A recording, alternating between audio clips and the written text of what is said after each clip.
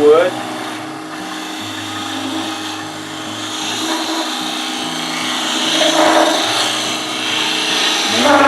Maintain that double contact. Welcome to my shop. Today we're going to do a fun little project, and that's make these Richard Raffan style coffee scoops. Dry scoop measures. It could be for most anything. Probably not as useful for coffee as some of the other coffee scoops. I'm not going to vary much from his plans. He said during the 70s this is what he lived on, selling these things. He sold about 50 a week, he said. So I figured he got a style that works and a size, so I'm just pretty much going to replicate his size. You can make it out of most any type of hardwood. This one's dogwood, this is ash. I'm going to use a piece of lemon. You want a blank approximately 2 to 2.5 inches square and 4.5 to 5.5 inches long. So let's get started. This is going to be mostly a skew, very much of a skew exercise, so it's good practice with a skew. A little tougher than some beginner projects because of the in-grain hollowing, and I've been practicing on Richard Raffan's back hollowing technique. I'll give that a try. We'll see how that works. Because sometimes I use wood that hasn't been squared up. It's certainly not milled because it was dried from green wood. I made this little template out of a piece of acrylic, and I can just spot this, and I find this is the easiest way to center an odd shaped piece of wood like this. Same on the other side. See it better. Just find the outline of that first, and I've got a 3-inch, 3.5, and a 4-inch circle on here. I've got a bigger one of these, but for little stuff, the little one is handier. Okay. Now, first thing we want to do for safety is look at the work to see if there's any cracking or splits or anything you got to worry about. And this looks like a pretty solid piece of wood, so I think we're good to go. I'm going to try to use this large skew I've got and give that a shot. So we'll get this up to about 1800 RPM. Then we're going to take a planing cut. First I need to raise my tool rest just a little bit. This is a very nice Lyle Jameson one. It's threaded. Okay. So I'm just going to ease this cut off tool rest. Come on down with it.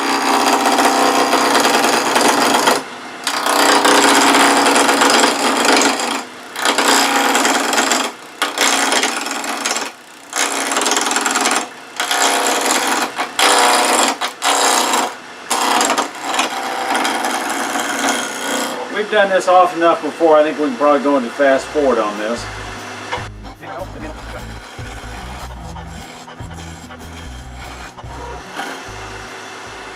Of course, with a skew, you always want to do your cutting in the lower third, and that's because you want the cutting surface over where the tool support is. That's why you get a skate back when you get past the middle, because you lose that support.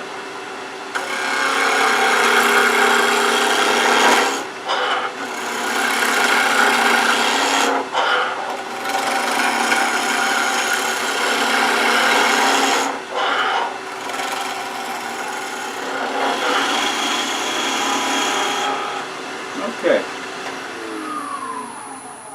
I think it's worthwhile me mentioning the shape of this. This is an Allen Lacer skew, and it's flat on the top, and then it has a slight curve. Gives you a little broader cutting surface, and a nice, again, a flat for doing those planing cuts.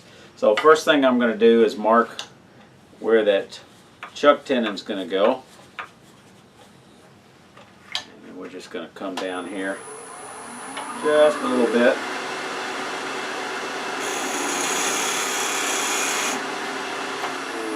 I think that'll do it.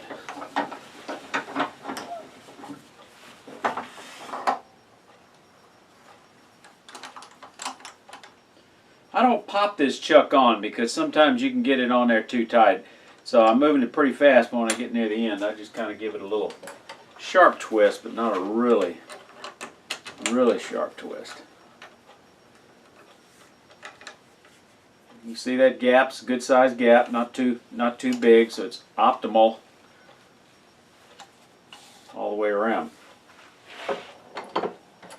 Now we're going to hollow end grain, move tailstock all the way out of the way. Now, first thing I'm going to do is I'm going to drill a depth hole just because I find it makes it a little easier, and with its back hollowing technique it seems to make it a little easier to do this starting cut.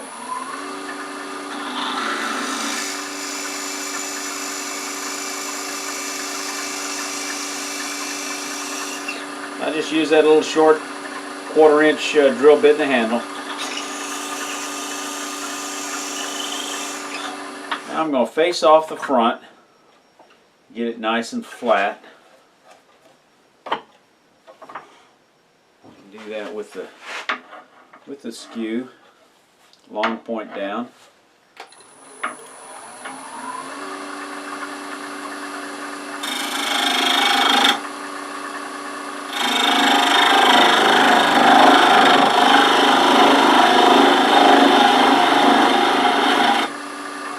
When I'm cutting in with a skew, it's not quite 90 degrees, it's just a few degrees off of that because you got to have that clearance for that cut.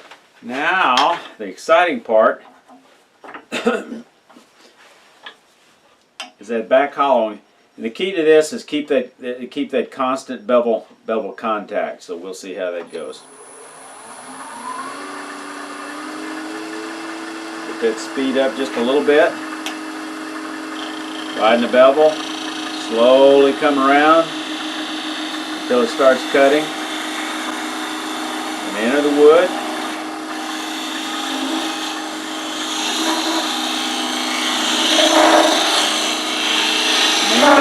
Maintain that bevel contact.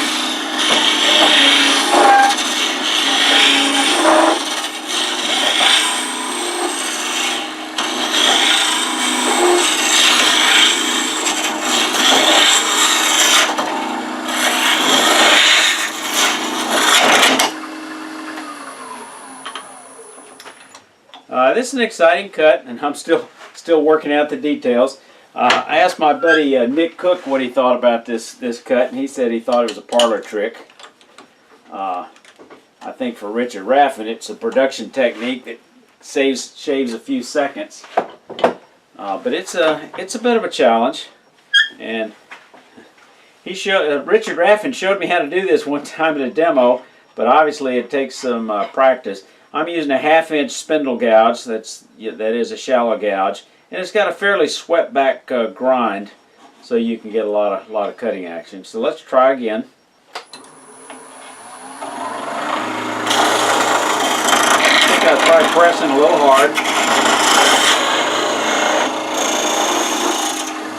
And one of the keys is not making that hole too big till the end because it's being supported in that hole.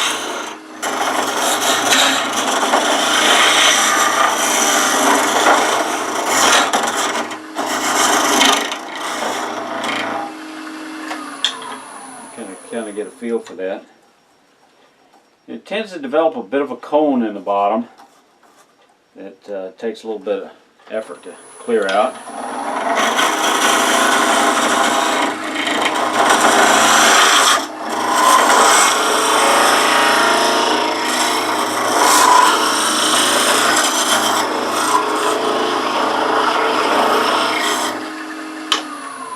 Reminds me, I see this live center here. Let me get that out of the way so I don't get a bad case of Turner's elbow. Still got a little bit of cone there. Let me see if I can't get a little more close up, because let's face it, this is the most exciting part of this demo, is seeing if this race car driver is going to run off. Woo, that thing is hot. Still hot.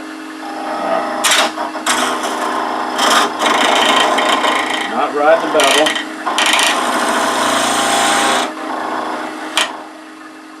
I'm going to come in from this direction, get rid of that cone.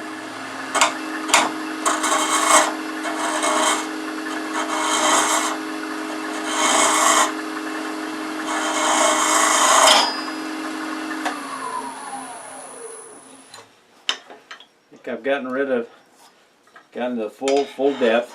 Now I'm going to switch from the back hollowing to the standard technique. That is, I'm going to start entering with on center with a cut of somewhere close to 10, 10/30. And just ease it in there, and then sweep it out.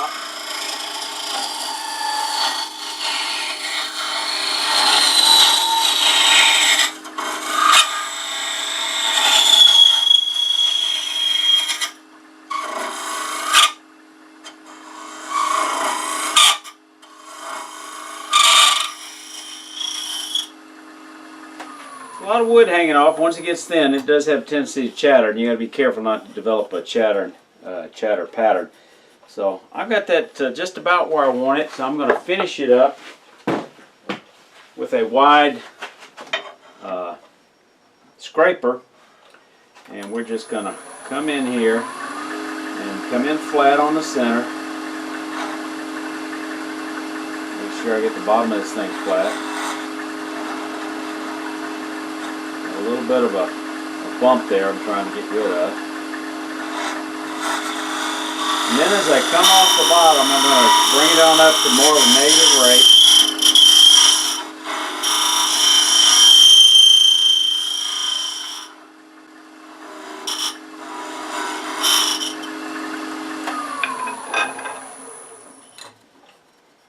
Yep, fairly flat at the bottom. That's good. The trick of the scraper is try to get the smoothest surface on the inside as you can. So let me do a nice slow pass, nice shear scrape mode.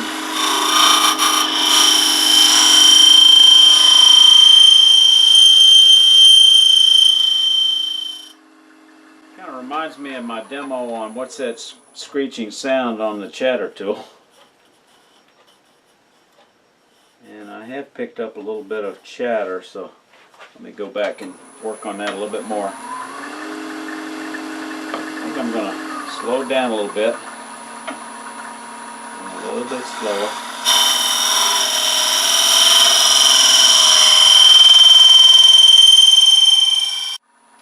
It probably wouldn't hurt if I can brace it with my finger a little bit with the thumb. Kind of cut down some of that chatter.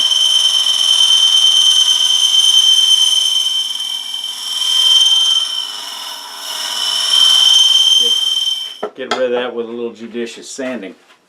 So, next thing we want to do is we want to transfer the inside to the outside. Very important.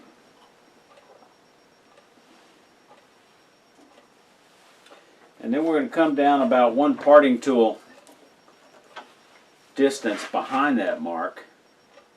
It doesn't take a whole lot because there's going to be a handle right there, and you don't want it too clunky. I'm going to go ahead and mark that. And before I do the outside, I'm going to go ahead and finish sanding the inside. And I've got some various sanding sticks to assist with that process.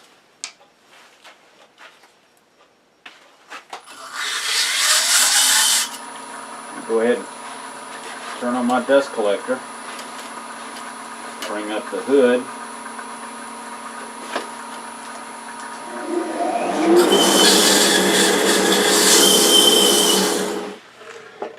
Okay, I'm going to take a 1/4 inch parting tool and part about halfway through the diameter of this piece.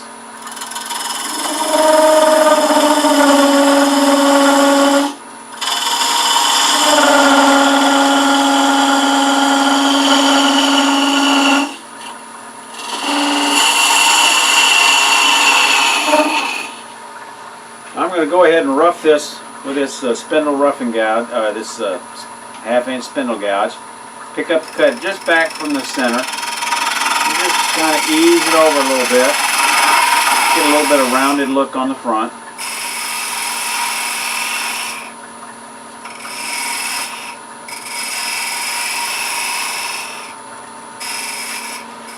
Now we're going to pick up the cut toward the back. Pick up speed a little bit here.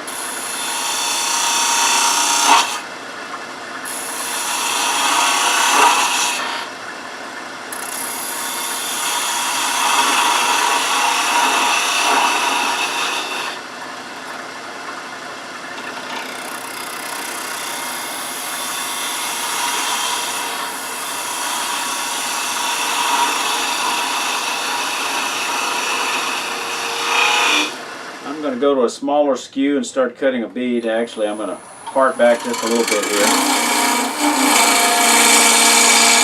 Feeling cut.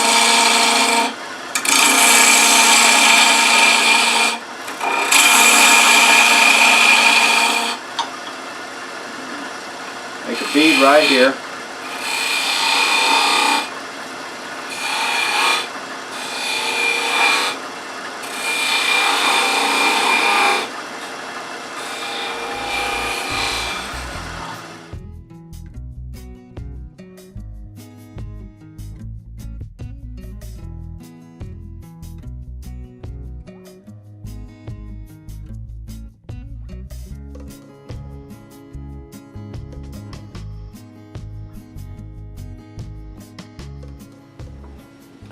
And I think I'm going to go ahead and sand that bowl before we go any further. Okay, I finished sanding the bowl inside and out. Time to finish shaping the handle. I'm going to go ahead and take that large skew and let's do some planing cuts to bring the diameter down.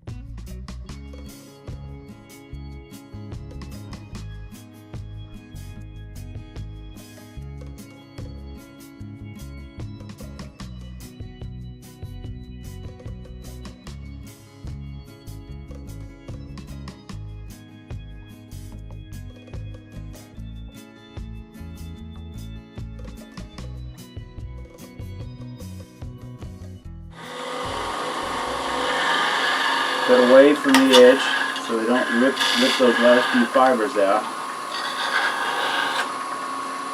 Okay, and that little bit of damage there is easily rectified on a belt sander. Or I could do a jam chuck and get it on here if I wanted to put a little V-groove or something on there, but I think I'm just going to take care of that with a belt sander. The next challenge is going to be cutting away the scoop. And I think it's important to kind of give you a feel for the shape. This one is too blunt, should have come back a little bit further. This one could probably come back a little bit further. So I'm going to, when I do this on the bandsaw, I'm going to see if I can come back just a bit further. You want it fairly full.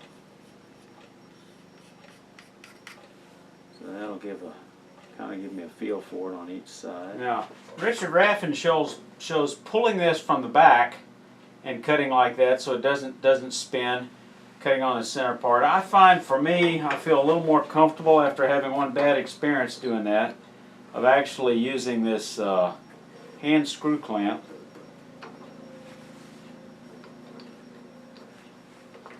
And you can actually get some nice even support even on that curved handle. Put on my earphones, dust collection.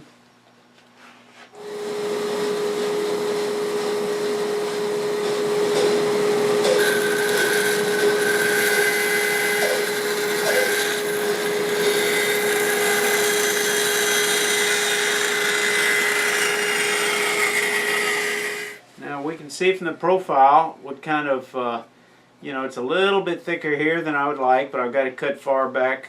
We're going to finish this on the belt sander like this and finish shaping it, and we're done. So a fun little project. If you like it, click on the like button. If you're not a subscriber, please consider subscribing. Till next time.